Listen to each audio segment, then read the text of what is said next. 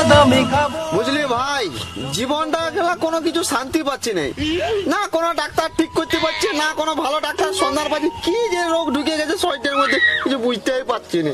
শুন তবে একটা 14 বছর বনবাস থেকে এসেছে একটা সাধু, ওইখানকে চ দেখ তো সব ঠিক করে দিবে। চ না তুই দেখ। সাধু বাবা সাধু বাবা সাধু সাধু বাবা সাধু বাবা, ইয়া দেখো না কি সমস্যা আছে একটু। কি হয়েছে রে বেটা? বাবা আমি বদমার হয়ে গেছি, খেলা আমি জীবনে কিছু শান্তি পাচ্ছি না, আমাকে তুমি উদ্ধার করো। কি হয়েছে কি?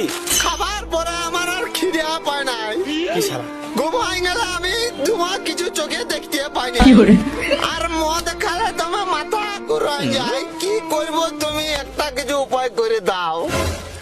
এই প্রবলেম তোর যে তিনটা প্রবলেম বললি সেটা আমি তিনটা ওষুধ দিচ্ছি রে বেটা।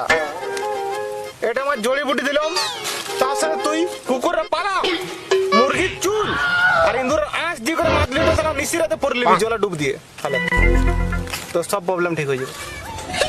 বাবা তোমাকে পড়াও।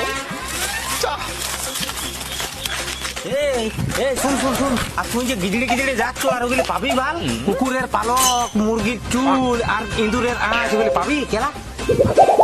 সেটা তো ঠিক বড় ভাই, আচ্ছা ভাবে বোকা বানালে তো। চক কেলা সাধুর কাজ।